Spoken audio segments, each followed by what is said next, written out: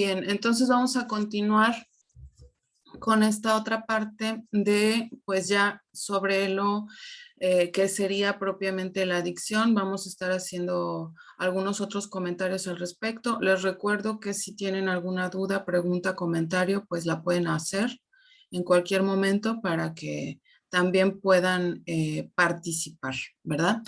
Me gustaría al final de la clase preguntar al grupo, pues, ¿qué le fue lo más significativo de la clase o qué fue nuevo, ¿verdad? O qué le pareció lo más importante.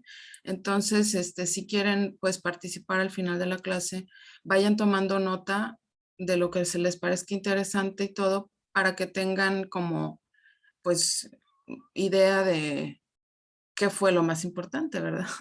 O con qué quieren participar. Muy bien. Entonces, bueno, permítanme.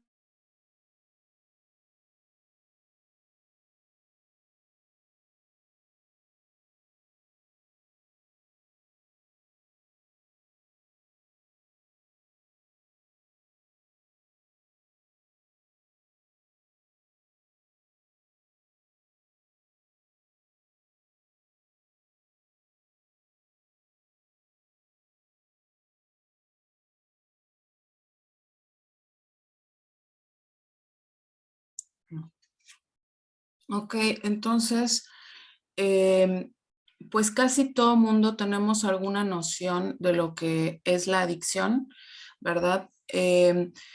Pero siempre desde las concepciones más antiguas, más populares también que se tienen sobre la adicción, hay como tres aspectos muy definitorios, ¿verdad? Que la constituyen, ya sea adicción a una droga o conductas que son, como ya dijimos, compulsivas, por ejemplo, comprar o jugar por internet. Tiene estos aspectos, que es una cuestión que se da de manera regular, repetida y habitual,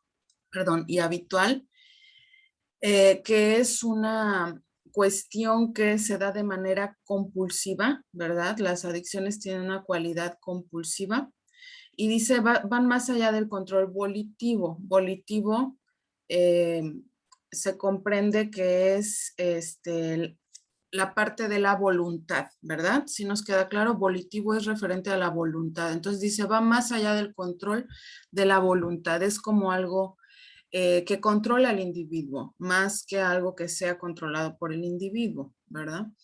Luego entonces rebasa su voluntad.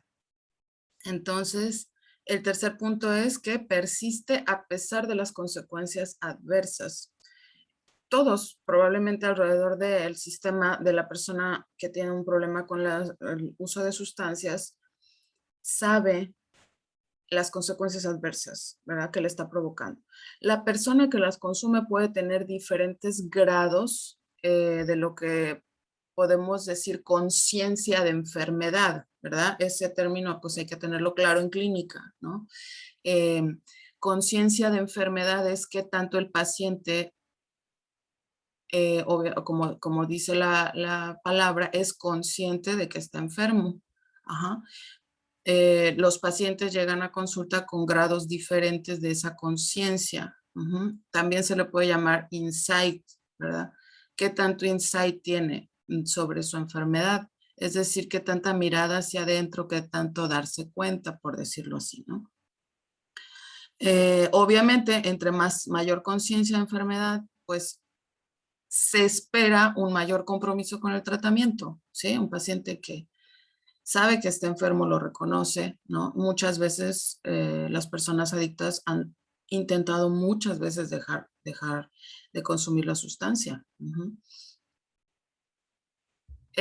Entonces, la persona puede o no darse cuenta y ser consciente de estas consecuencias adversas en su propia salud. O puede estar, como decimos, en negación de que está ocurriendo eh, esto dañino, ¿verdad? Para él o ella. Entonces, bueno, cotidianamente hablando, pues decimos que la persona es adicta cuando persigue como de forma muy implacable cualquier sensación o actividad, ya sea una conducta sexual específica, juegos de azar, como habíamos dicho, alcohol, otras drogas, también puede ser trabajo, también puede ser comida, también pueden ser las compras, también puede ser la atención de otras personas o el amor de otras personas, incluso puede ser también no necesariamente encuentros sexuales, sino atención. También puede resultar en una conducta adictiva. Entonces, ahorita se aplica el término adicción a tantas eh, cosas y tantos fenómenos, nos referimos a tanto cuando decimos adicción, que caemos en el riesgo de que pierda su significado, ¿no? Pero podemos estar de acuerdo en que algo se convierte en una adicción cuando va dominando cada vez más la vida de una persona. Y como resultado de esto va dañando, va afectando también otros aspectos de la vida y de las personas a su alrededor, ¿no? Entonces, bueno, pues podemos pensar que tomándolo así, la adicción no es algo fuera de lo común, lamentablemente, ¿verdad? Teniendo esta amplia variedad de fenómenos donde se puede expresar, pues no es algo con lo que estemos poco familiarizados. Pero para fines científicos, por eso lo anoté ahí, de atención a la salud, pues la adicción, dice, se expresa en forma de un diagnóstico que se define por un patrón particular de signos y de síntomas, como cualquier otra enfermedad mental o médica también, ¿no? Bueno, estos criterios que definen por ejemplo, el trastorno por uso de sustancias,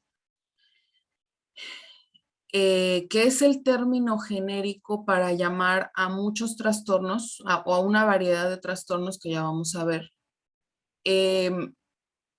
Estos criterios, pues los desarrolla la Organización Mundial de la Salud con la Clasificación Internacional de Enfermedades, ¿no? El CIE, que va en su 10ª edición, me parece. Sí, sí, es CIE 10. Lo edita la Organización Mundial de la Salud. Y pues el otro criterio, o sea, los otros criterios de clasificación para trastorno por uso de sustancias los edita la Asociación Psiquiátrica Americana.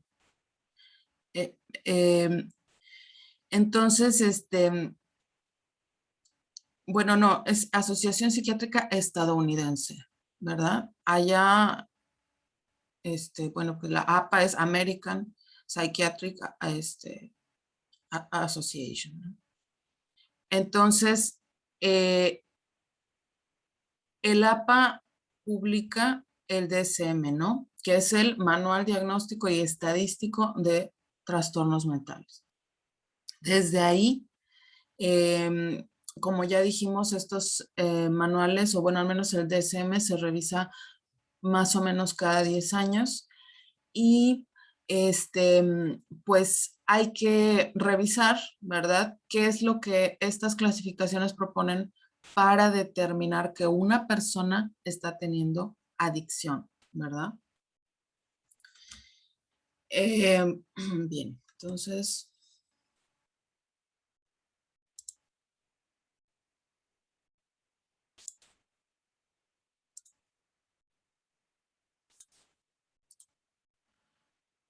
vamos un poquito a hablar sobre el diagnóstico. Permítanme.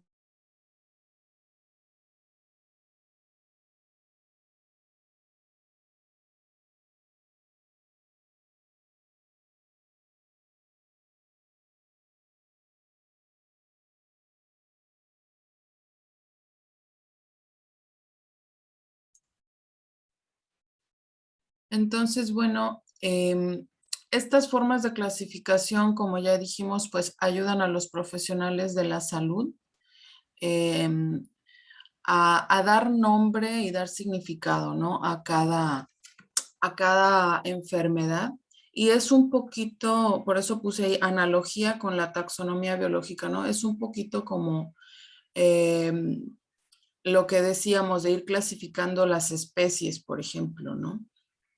Se le tiene que dar un nombre a cada especie porque imagínate, si no, cómo se comunicarían entre biólogos, ¿no?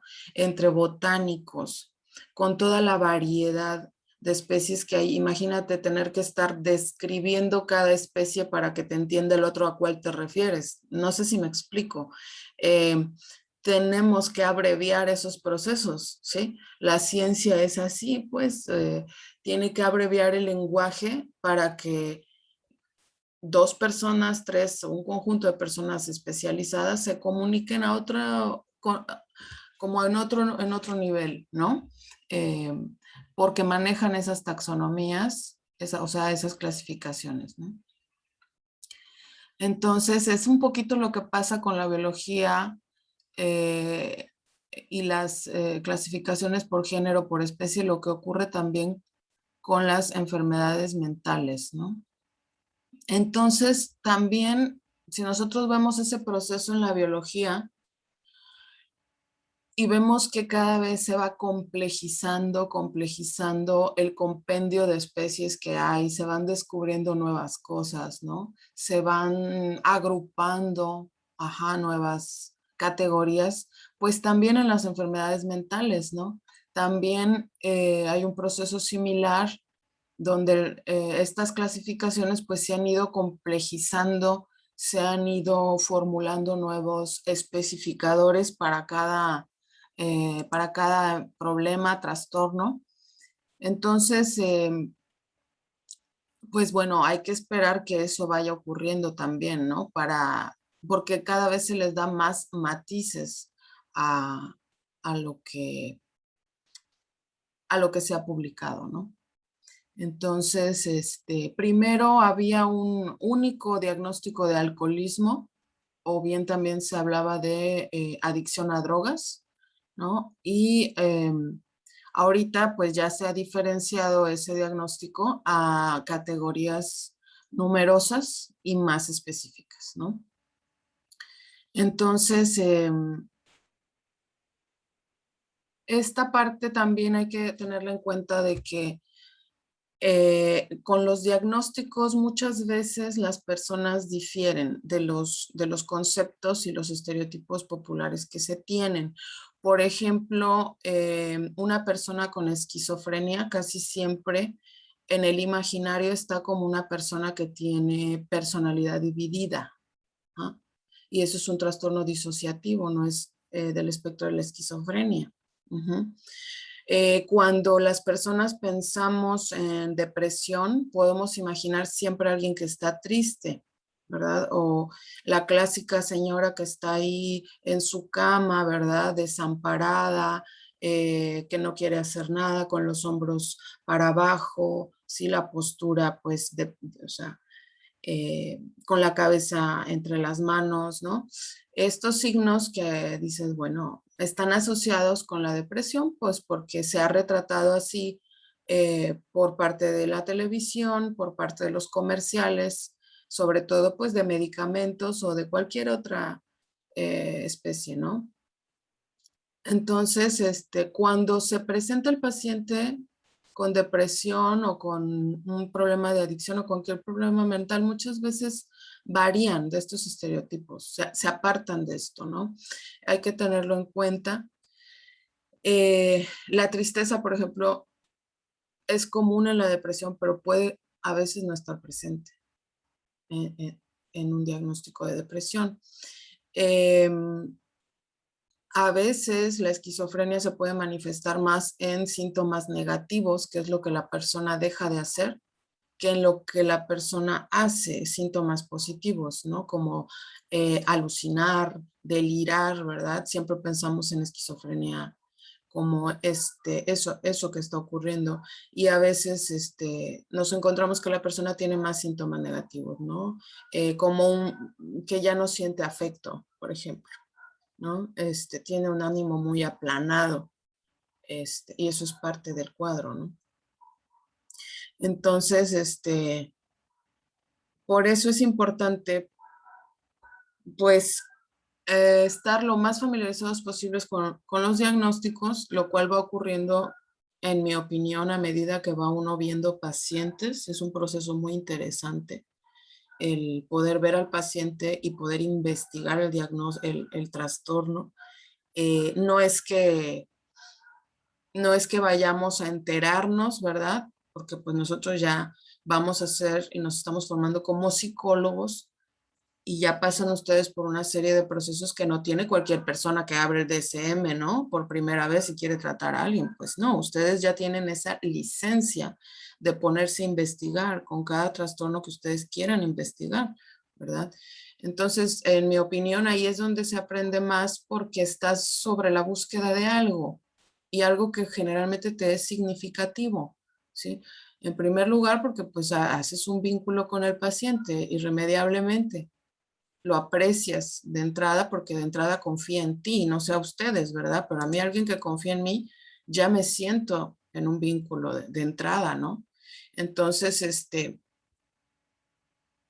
pues esas cuestiones se dan, ¿no? Em, no me quiero apartar mucho de lo que iba diciendo.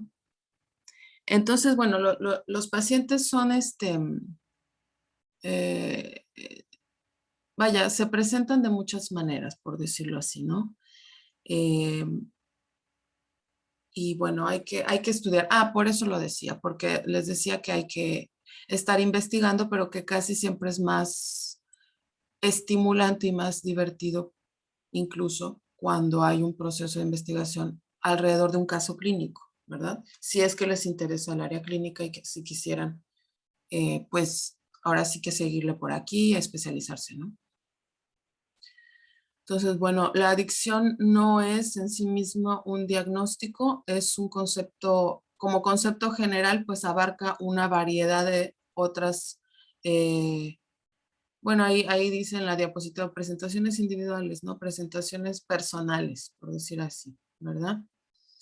Este, Así como, por ejemplo, si nos vamos al DSM, en los trastornos depresivos nos vamos a encontrar el trastorno de desregulación disruptiva del estado de ánimo, el trastorno depresivo mayor, que ese es el llamado o sea, el que se llama depresión es en realidad en el DSM trastorno depresivo mayor, ¿no? Es,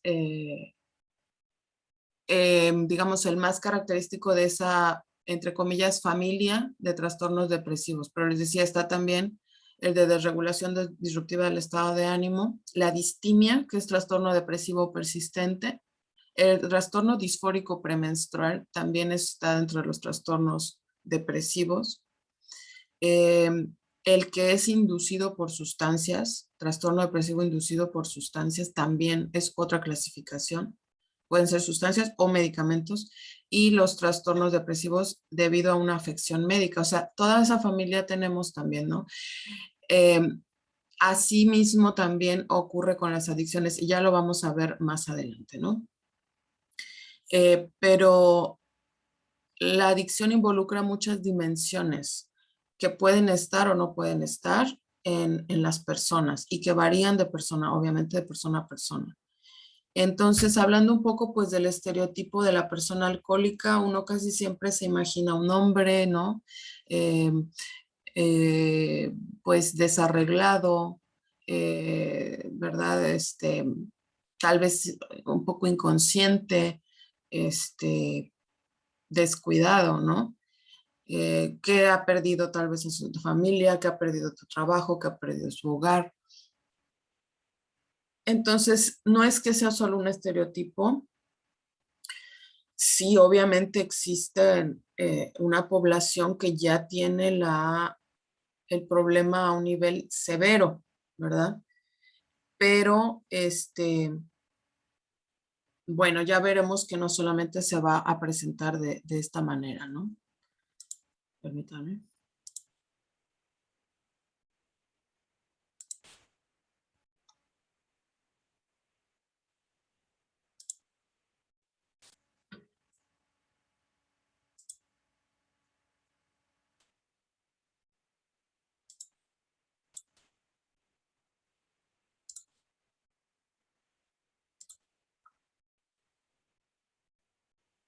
Entonces, trastorno por uso de sustancias es como el término más genérico, como habíamos dicho, ¿no?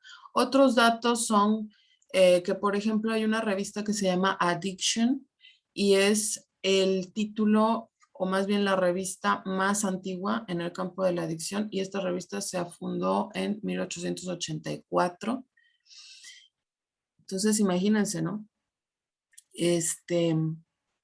Entonces, bueno, vamos a ver un poquito unos ejemplos que encontré en esta bibliografía. Me gustaría si alguien me pudiera ayudar a leer. Permítame, voy a cambiar esto.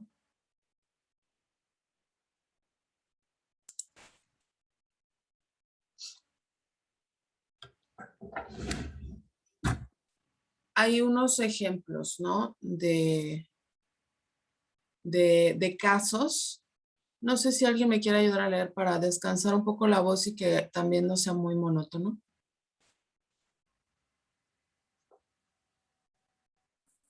Yo puedo leer, maestro. Por favor. Un hombre de 37 años que bebe lo suficiente la mayoría de las noches como para estar legalmente intoxicado a la mañana siguiente y cuya esposa amenaza con dejarlo por beber, pero que parece gozar de buena salud física, tiene un buen trabajo y nunca ha sufrido evidentes consecuencias sociales negativas. ¿Sigo? Sí, por favor. Un joven delgadísimo de 22 años que roba e intercambia sexo para mantener el hábito diario de inyectarse metanfetamina. Una mujer de negocios exitosa que comenzó a tomar periódicamente el metilfenidato, recetado a su hija como una forma de estar alerta y lograr más durante el día. Luego comenzó a necesitar dosis más altas, a comprar estimulantes ilegalmente y a usarlos con más regularidad. Un estudiante universitario que bebe de 8 a 12 cervezas 3 o 4 noches a la semana para sentirse animado y toma una copa a la mañana siguiente para calmar sus nervios. Una mujer de 50 años que va al casino todos los días a jugar en las máquinas tragamonedas de un cuarto durante 6 horas mientras su esposo está en el trabajo y ha acumulado 40,000 pesos en deudas de tarjetas de crédito. Un padre soltero que fuma 2 paquetes de cigarrillos al día y ha intentado dejar de fumar varias veces sin éxito. Gracias, Héctor, ¿verdad? Héctor Maldonado. Sí. Bien, muchas gracias. Sí, entonces, por ejemplo, ahí tenemos, ¿no? Una variedad de personas que pueden llegar a consulta también, ¿verdad? Un poco la idea de dar todos estos ejemplos, pues es sensibilizarnos, ¿verdad? Respecto a esto que les decía. No siempre vamos a encontrar el mismo, el mismo caso o los rasgos de conducta de personalidad, ni de pensamiento, ni de emoción en una persona y en otra, ¿sí?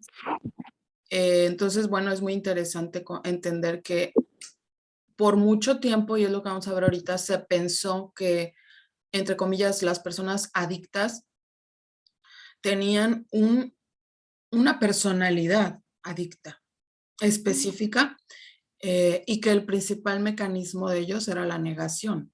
Uh-huh. Entonces, se creía que compartían muchas características de personalidad.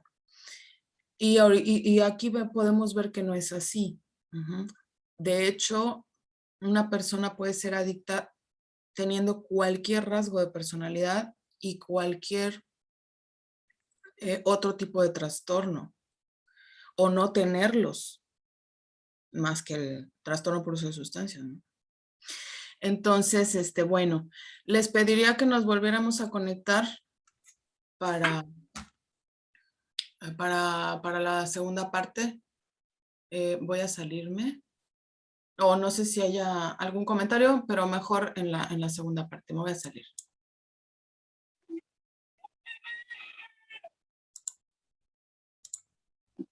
Gracias.